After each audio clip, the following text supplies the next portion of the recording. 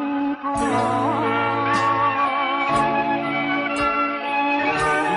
្ងៃចិនបងចាំតាអូនទេបងផ្ដាំតាមខ្យល់បងសួរតាមគេតាដឹងអូនមកថ្ងៃណាទេនឹកគ្នាឡាចិត្ត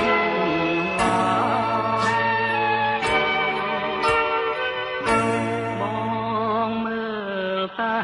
មេឃថ្ងៃនេះថ្ងៃតែចាំមើលតែផ្លូវ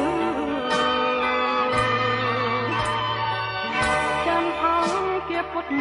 ប្រហោះសុខសាបាត់ស្រមកស្រីខ្មៅតាទៅនឹងនឹកបងគេងក៏មិនលក់បងក៏មិនលះណាយដែលធ្លាប់កាយខ្លាយជាគ្មានន័យ